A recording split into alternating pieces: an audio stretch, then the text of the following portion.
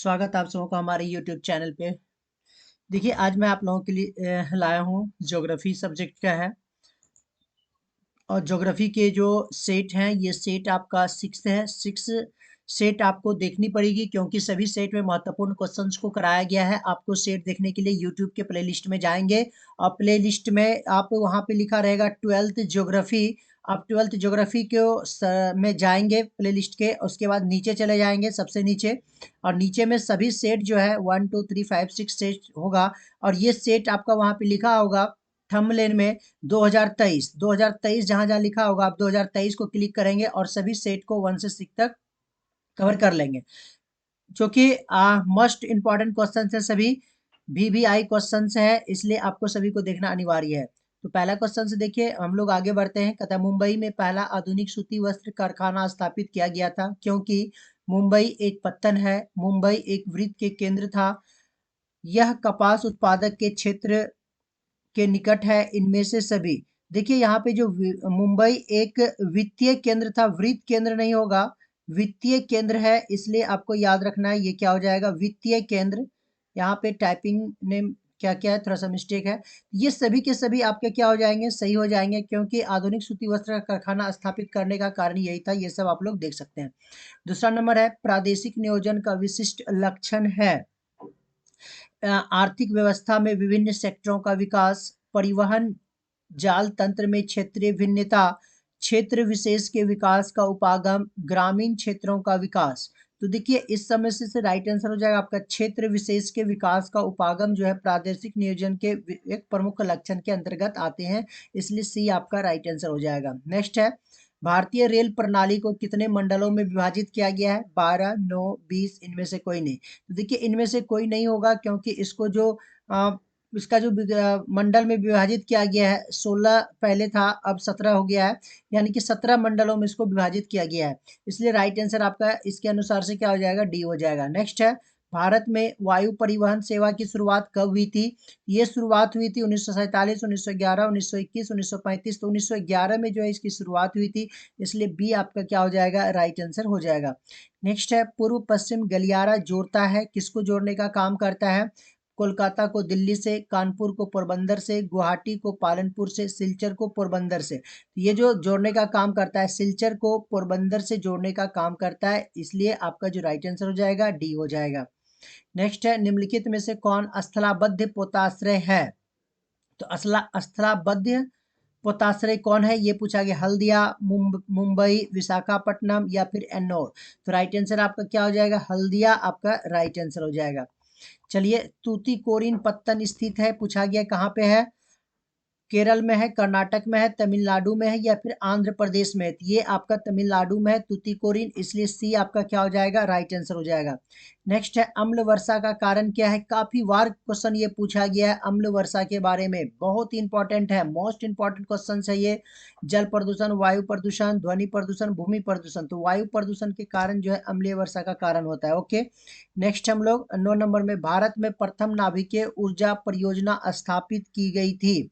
कलपक्कम में, तारापुर में किया गया था, नरोरा में किया गया था या फिर केगा में। तारापुर में जो है प्रथम नाभिकीय ऊर्जा परियोजना स्थापित की गई थी, इसलिए बी आपका राइट आंसर हो जाएगा। नेक्स्ट है निम्नलिखित में से कौन परंपरागत ऊर्जा स्रोत है, पेट्रोलियम, कोयला, प्राकृतिक गैस या फिर इनमें से सभी। तो इनमें से सभी जो है परंपरागत ऊर्जा के स्रोत हैं, इसलिए डी आपका क्या हो जाएगा, राइट आंसर हो जाएगा। नेक्स्ट है बोकारो इस्पात केंद्र है मिश्रित क्षेत्र में, निजी क्षेत्र में, सार्वजनिक क्षेत्र में या फिर इनमें से कोई नहीं। तो राइट आंसर हो जाएगा आपका सार्वजनिक क्षेत्र में, इसलिए सी आपका राइट आंसर हो जाएगा। नेक्स्ट है बालाघाट मैग्नीज क्षेत्र किस राज्य में स्थित है, झारखंड, उड़ीसा, छत्तीसगढ़ या फिर मध्य प्रदेश। तो ये छत्तीसगढ़ में स्थित है, इसलिए राइट आंसर आपका सी हो जाएगा। नेक्स्ट है निम्नलिखित में कौन औद्योगिक नगर है, ये पूछा गया है, जमशेदपुर, वाराणसी, कैनबरा, सिंगापुर। तो जमशेदपुर जो है आपका औद्योगिक नगर है, इसलिए राइट आंसर आपका क्या हो जाएगा, ए हो जाएगा। नेक्स्ट है निम्नलिखित में कौन सांस्कृतिक नगर है, कैनबेर है, लंदन है, मक्का है या फिर ओसाका है। तो देखिए यहाँ पे सांस्कृतिक नगर के बारे में पूछा गया, तो ये आपका मक्का क्या हो जाएगा, राइट आंसर हो जाएगा, सी आपका बिल्कुल ही सही आंसर है। नेक्स्ट है 15 में, निम्नलिखित आर्थिक क्रियाओं में कौन ग्रामीण अधिवासों से संबंधित है, प्राथमिक, द्वितीयक, तृतीयक या फिर चतुर्थक। देखिए ग्रामीण अधिवास से रिलेटेड है तो यह प्राथमिक हो जाएगा, क्योंकि इससे कृषि वगैरह सबका कार्य होता है, पशुपालन का कार्य होता है। नेक्स्ट है, पर्वतीय प्रदेशों में किस प्रतिरूप का अधिवास पाया जाता है? आयताकार, सिरनुमा, पंखा या फिर तारा आकार का। तो इसमें जो पाया जाता है, इसमें सिरनुमा पाया जाता है, इसलिए बी आपका क्या हो जाएगा? राइट आंसर हो जाएगा। नेक्स्ट है, विश्व व्यापार संगठन का मुख्यालय कहाँ है? ये पूछा गया है। जनेवा, वियना, न्यूयॉर्क या फिर वाशिंगटन। तो इसका जो हो जाएगा जनेवा हो जाएगा, इसलिए ए आपका राइट आंसर हो जाएगा। नेक्स्ट है, निम्नलिखित में से कौन चतुर्थ सेक्टर क्रियाकलापों से संबंधित है? संगणक विनिर्माण, विश्वविद्यालय शिक्षक, कागज और लुगदी निर्माण, पुस्तक का मुद्रण। तो चतुर्थ सेक्टर के क्रियाकलाप में आपका विश्वविद्यालय के शिक्षक आ जाते हैं, इसलिए राइट आंसर आपका क्या हो जाएगा? बी हो जाएगा। नेक्स्ट है, रेल मार्ग के जाल का संघनतम घनत्व है? ब्राजील में है, संयुक्त राज्य अमेरिका में है, कनाडा में है या फिर रूस में है? तो देखिए रेल मार्ग का जाल का संघनतम जो है ये आपका अमेरिका में हो जाएगा, यानी कि राइट आंसर आपका बी हो जाएगा। नेक्स्ट है, लंबी दूरी तक भारी सामान ढोने के लिए कौन सबसे सस्ता परिवहन है?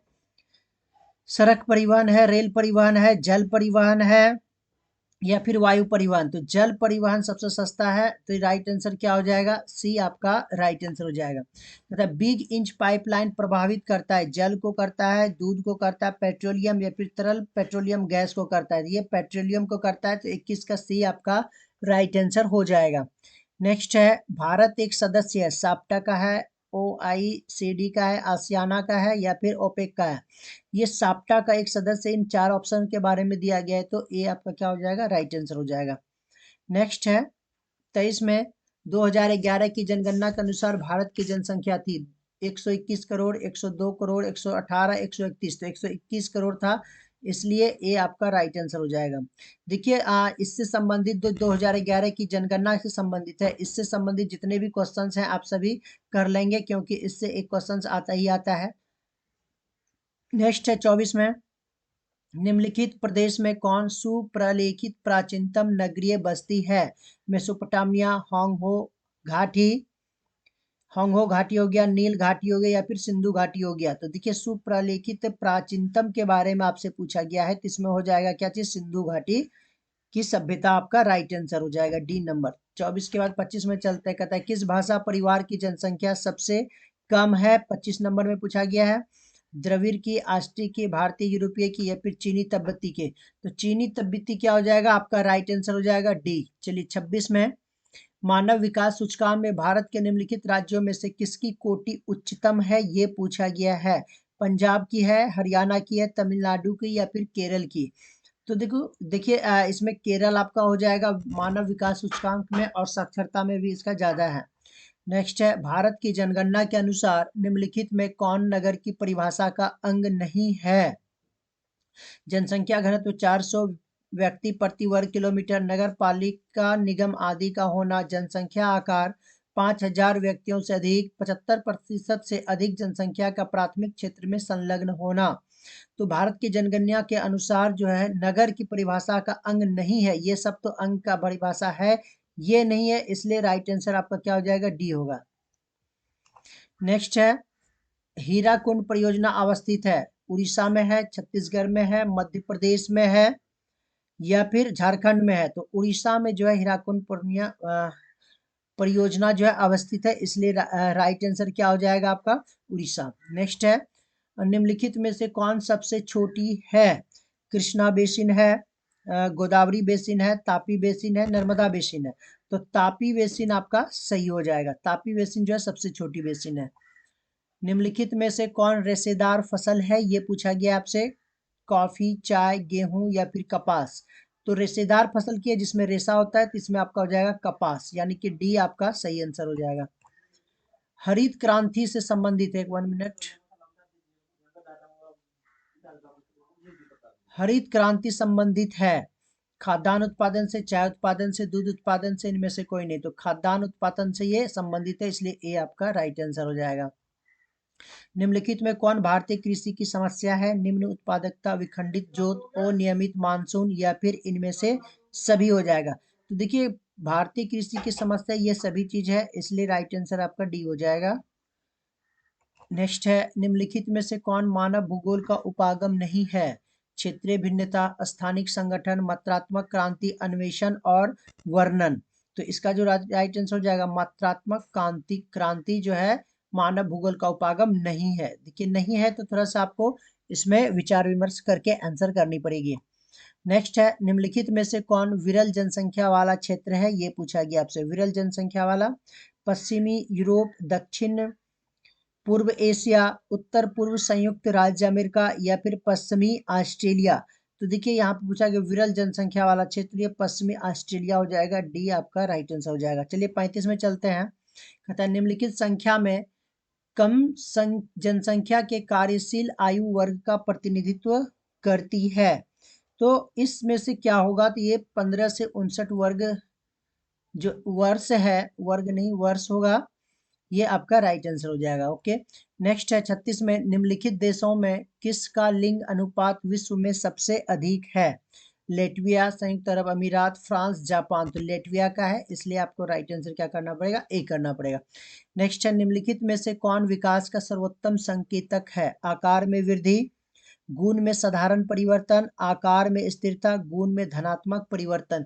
तो गुण में धनात्मक परिवर्तन आपका क्या हो जाएगा? राइट आंसर हो जाएगा, क्योंकि ये जो है विकास का सर्वोत्तम संकेतक के रूप में माना जाता है। नेक्स्ट है, निम्नलिखित विद्वानों में किसने मानव विकास सूचकांक का निर्धारण किया है? रेडजेल, डॉक्टर महबूब ul Haq, EC sample, professor Amartya Sen. तो डॉक्टर महबूब उल हक ने जो है मानव विकास सूचकांक का निर्धारण किया था, इसलिए बी आपका क्या होगा? राइट आंसर हो जाएगा। नेक्स्ट है, पवर किस प्रकार की कृषि का उपज है? ये रोपण कृषि, भूमध्य सागरीय कृषि, प्रारंभिक अस्थायी कृषि, मिश्रित कृषि। तो रोपण कृषि हो जाएगा आपका राइट आंसर हो जाएगा, ए आपका बिल्कुल ही सही आंसर होगा। निम्नलिखित में कौन रोपण फसल है? पूछा गया है, मक्का, गेहूं, चाय या फिर राई। तो चाय जो है आपका क्या होगा? रोपण फसल हो जाएगा, इसलिए सी आपका क्या होगा? राइट आंसर हो जाएगा। फूलों की कृषि क्या कहलाती है? ये पूछा गया आपसे, ये बहुत बार पूछा गया है, इसलिए आपको ये याद रखनी पड़ेगी कि फूलों की कृषि क्या कहलाती है।